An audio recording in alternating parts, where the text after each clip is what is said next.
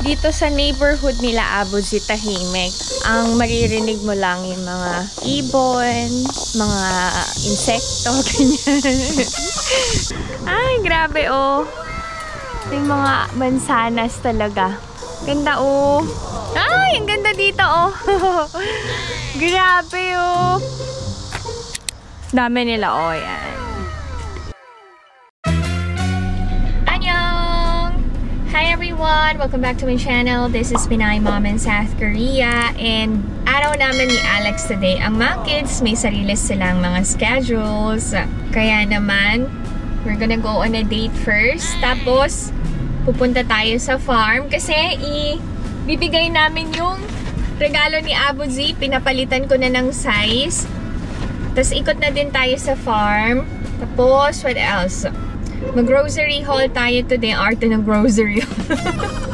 Na-artehan ako doon. Mag-grocery haul tayo. And samahan nyo na kami ngayong araw na to ni Alex. Walang kayo. Sama kayo ha. Kunwari kayo si Ina and si Ijun. Magbabantay sa amin. Kakain muna kami ng lunch. Si Alex ay may cravings ng champong.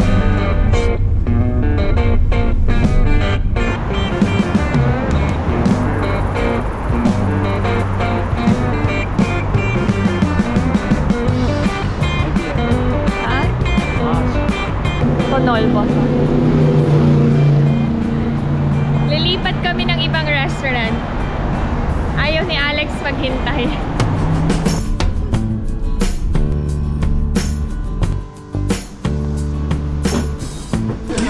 I'll order jjajangmyeon. Sampung kay Alex. Ito yung pinaka-sauce. Kurito?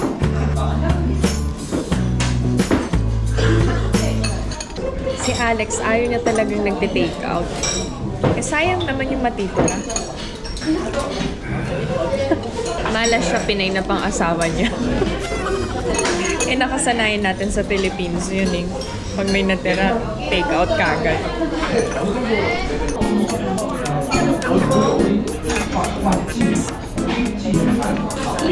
In-cut natin.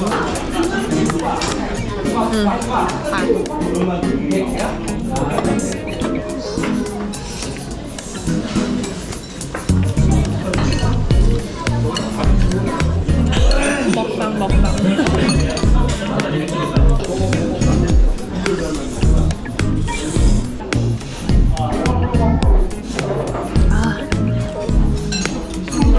Masarap yung sabaw ng champong kasi spicy and hot.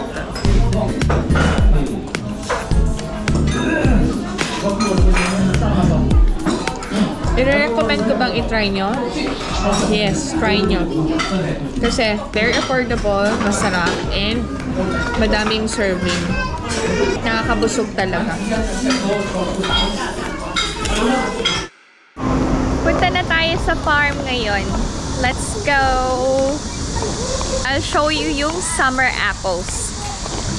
Try nating mag-pick kung papayagan tayo ni Abuji.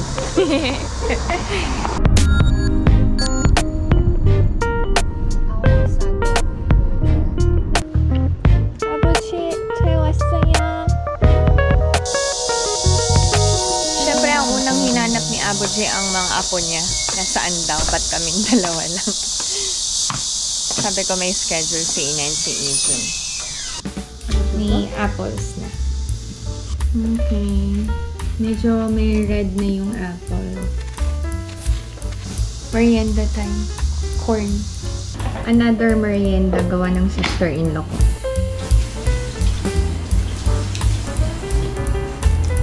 Ano po yung sapin?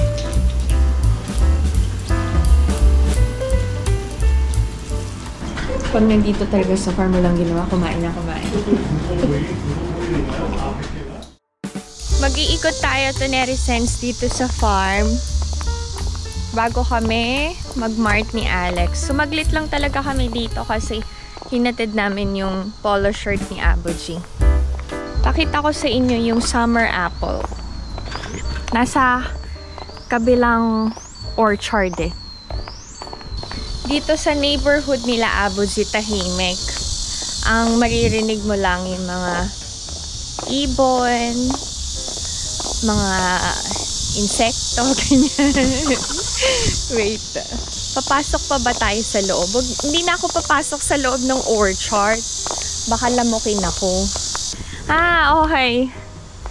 So, may mga naiwan pang konti. Yan yun. Kita nyo ba? Ito, na-pick na yung green apple. So, yung tinatawag na auri. Kailangan natin pumasok sa loob para makita nyo to, netizens. Ganyan ko kayo kamahal. Daming apples! Ang gaganda, oh! Ang daming apples, oh! Yan. Pero, itong mga to ay autumn apples. Ito pa. Sa autumn season, magandang mag-apple picking dito. Ay, grabe, oh! May mga mansanas talaga. Ang dami na ding nalalaglag. Oh my, sayang oh. Yung mga nalalaglag, ang arte nalalaglag. Hindi naman pwedeng kainin kasi mapait. Tapos walang lasa, ganyan. Ganda oh. Ay. Pang thumbnail. Uy. Oh. Ganda ng pagka-green. Yung summer apple ay nasa dulo doon. Nakapagbenta na sila, Monique. Kukunti na lang daw yung natira. Ay, ang ganda dito, oh. Grabe, oh. Beautiful, beautiful. Beautiful, beautiful. Dito yun. Ito, to. Ayan, pakita ko sa inyo. Yan siya. Ang galing nilang i-identify yung summer and autumn apples. Yung mga wala ng bunga, yun na yung summer apple. Dito yun, alam ko. Oh, ito. Medyo hindi pa malaki. Yung mga nabawasan na ng mansanas, yun yung summer apple. Ito yun. Wala na kasing bungay. So, ilan lang yung natira. Oh. Ito nga, oh. May red na mansanas. Ito, oh. Ang lakas ng loob ko magpunta dito. Anyway, yun na yun. Para may idea kayo. Ang daming bunga. Pinakita ko lang din sa inyo yung apples. Dami nila, oh. Yan. Tabi-tabi po. Tabi-tabi po. Alis na tayo dito. Takot talaga ako magpunta dito mag-isa. Sumaglit lang ako. Meron pa sa kabila doon. Pero ayoko na magpunta. Okay. I'm scared. Ang arte, no? I'll show you yung ingbang tanim na nasa kalsada na lang din. This one is jujube or yung tinatawag na dechu. Ayan. Color green. Ang bunga. Pag nag-autumn, nagba-brown yan. Nahihinog. Jujube tree din yan. And isa pa. Yan. And isa pa. Yan. Nandito tayo ngayon sa ilalim ng puno ng walnut tree. Ito ang bunga ng walnut. Huwag na tayong pumunta sa house kasi sobrang init. Parang bago tong tanim ni Abuzina to. Ano to? Ito nagtanim sila. Yan. Parang bato-bato na bunga. Maganda daw to sa katawan eh.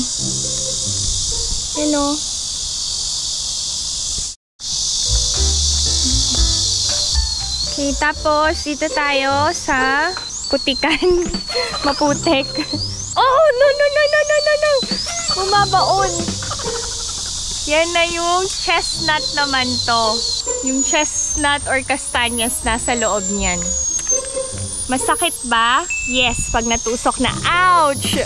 Ouch! Ang arte, no? ouch! Dapat medyo mahaba yung ouch! Ganun. Okay, nandito tayo ngayon sa apple orchard na autumn apples naman ang makikita nyo. Wow! Ganda na oh! Kita nyo ba? Makulay na ang mga apples.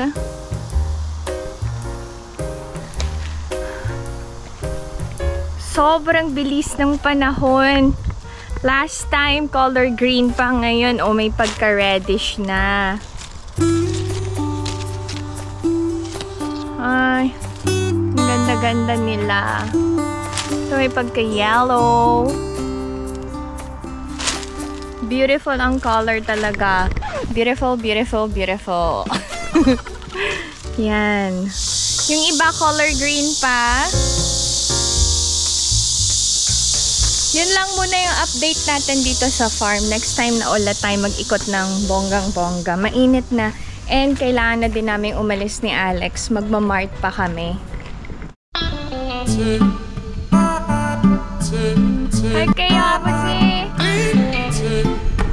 nag-uusap-usap kami kaninang 5 about kay Ina and kay Ijun. Kasi wino-worry talaga nila ang mga kids palagi. Tapos na pag-usapan yung fair yung treatment namin kay Ina and kay Ijun. Kasi most of the time, yung mga eldest daw, nafe-feel nila na unfair ang mga parents. Parang mas favorite yung bunso. Laging yung attention ay nasa bunso compared sa panganay. So, in-advisean kami ng mga biyanan ko na magkaroon ng quality time with Ina once a month. Yung si Ina lang talaga. Para hindi ma-feel ni Ina yon.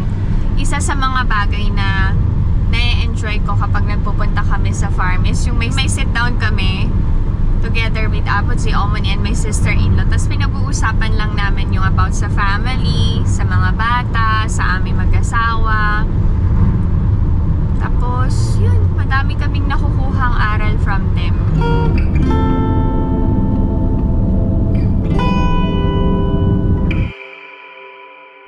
Nandito na kami sa Mart.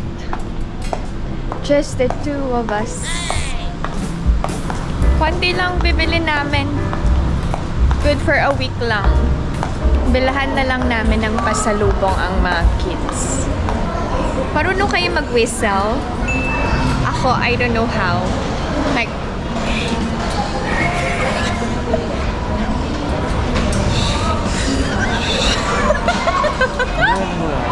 sa 39 years ko, yun yung hindi ko pa rin natututunan hanggang ngayon, yung mag-whistle. Kayo, ano yung hindi nyo pa rin alam gawin until now? Bibili tayo ng vitamins ni Alex. Sa Korea, kapag Sunday, ang mga pharmacy ay sarado. So, kung may emergency kayo and kailangan nyo bumili ng gamot, pumunta lang kayo sa E-Mart, Lotte Mart, na merong pharmacy. Sigurado na open sila ng Sunday. Buti pa sa atin sa Philippines, no? May Mercury Drug. May mga 24 hours na open. Mega shout out, Mercury Drug! Former Mercurian ako eh. Sa mga hindi nakakaalam, nag-work ako sa HR ng Mercury Head Office sa MDC sa Libis. Si Alex planning to buy a new cellphone. Ako kasi hindi mahilig talaga sa gadgets. Ayoko nang papalit-palit. May mga tao talaga kasi na pag may mga lumalabas na bagong model ng cellphone, computer, laptop, no? Gusto nag-a-upgrade kagad. Ako hindi.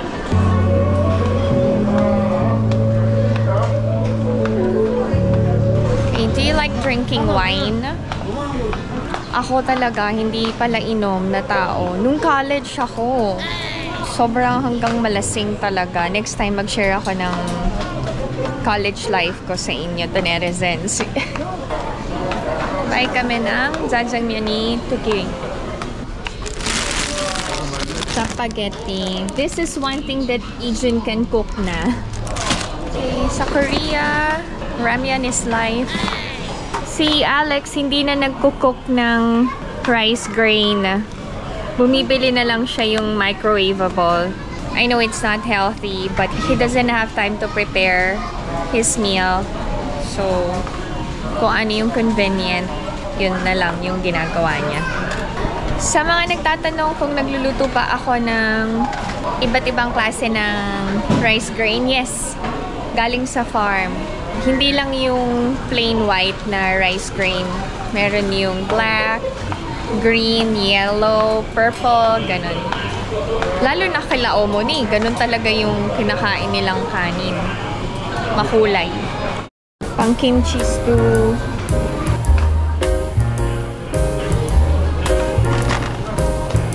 For Ijun. Kita niya kagad.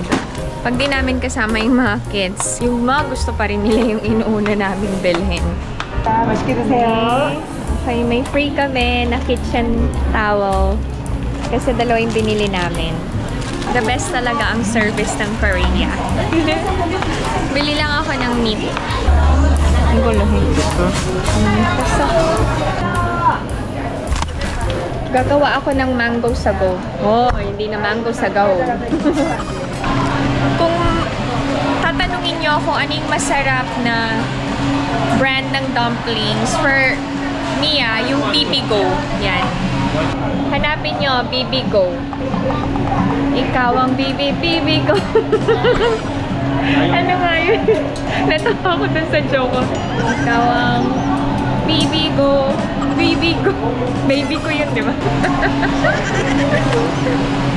Ano ba yung kanta na yun? Manina naman ako sa tono. Okay, ang mga kids, they love chicken nuggets.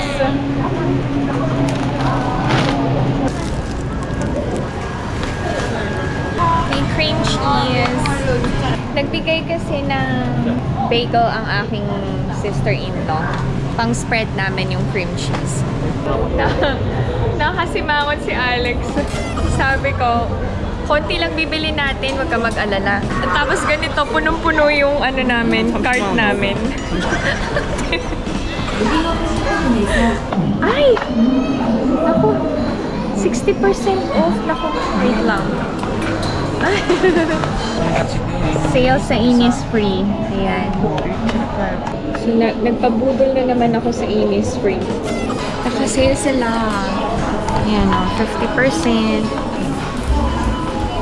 1+1, 5+5, yung facial mask, 30%, 35%, big sale up to 60%.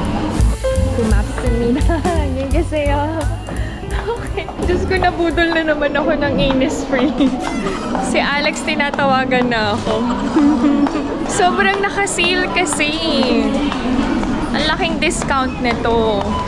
Ang dami ko din nakuhang freebies. We're already home.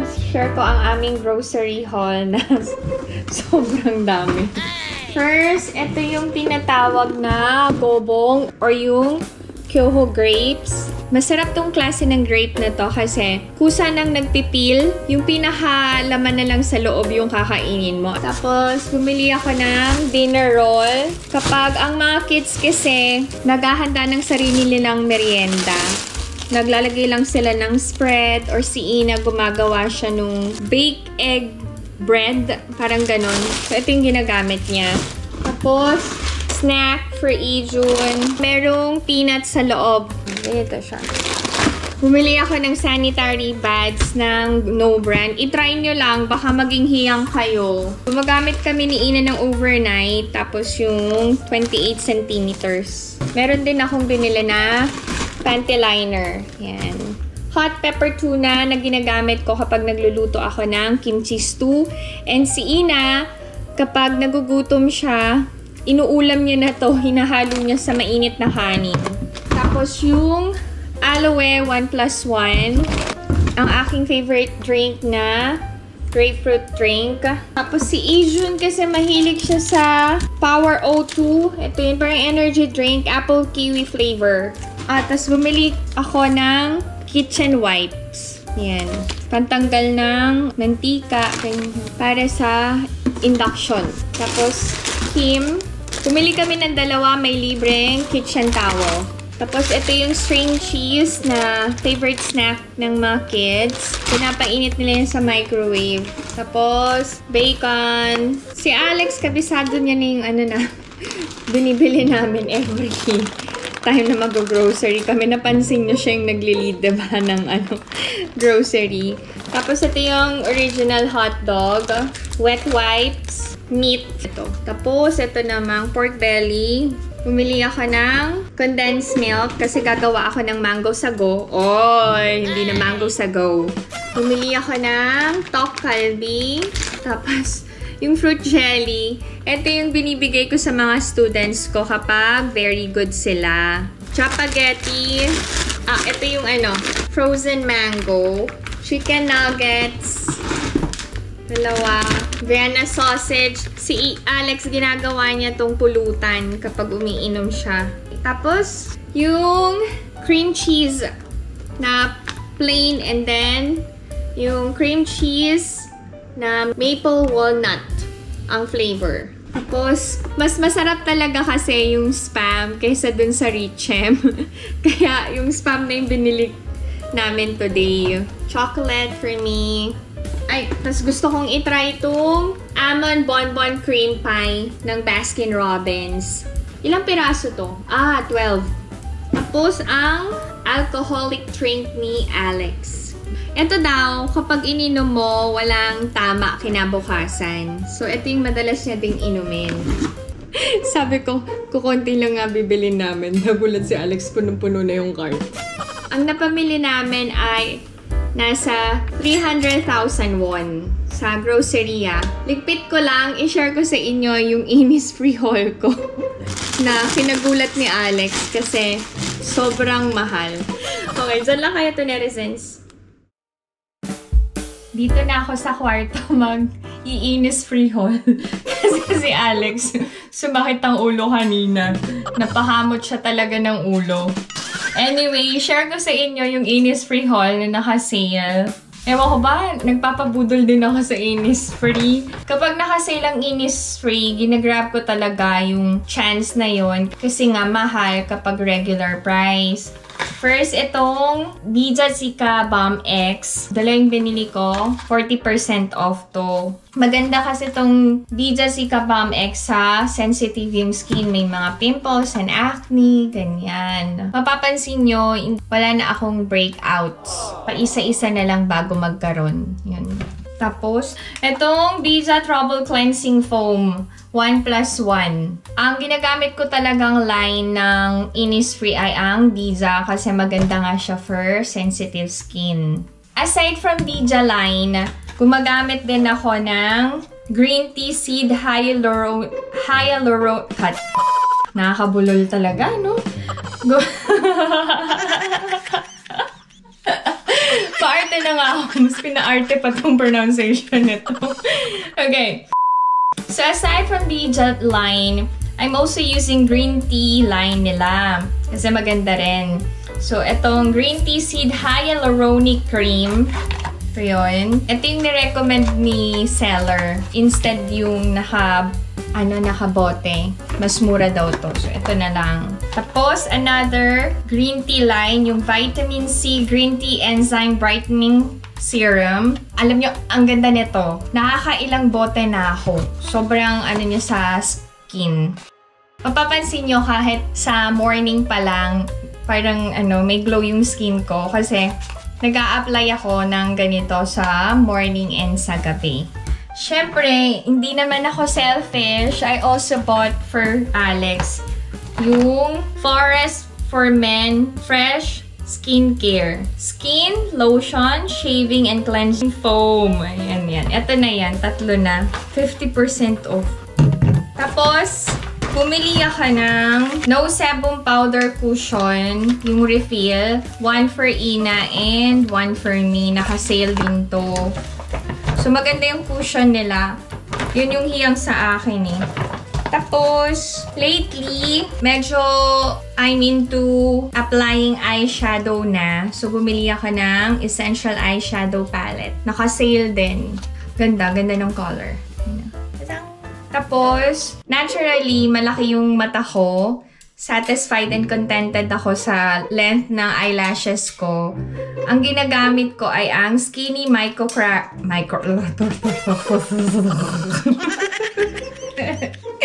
Cut. Tapos, when I use mascara kasi, gusto ko yung parang natural lang yung lashes. Ayoko na masyadong makapal.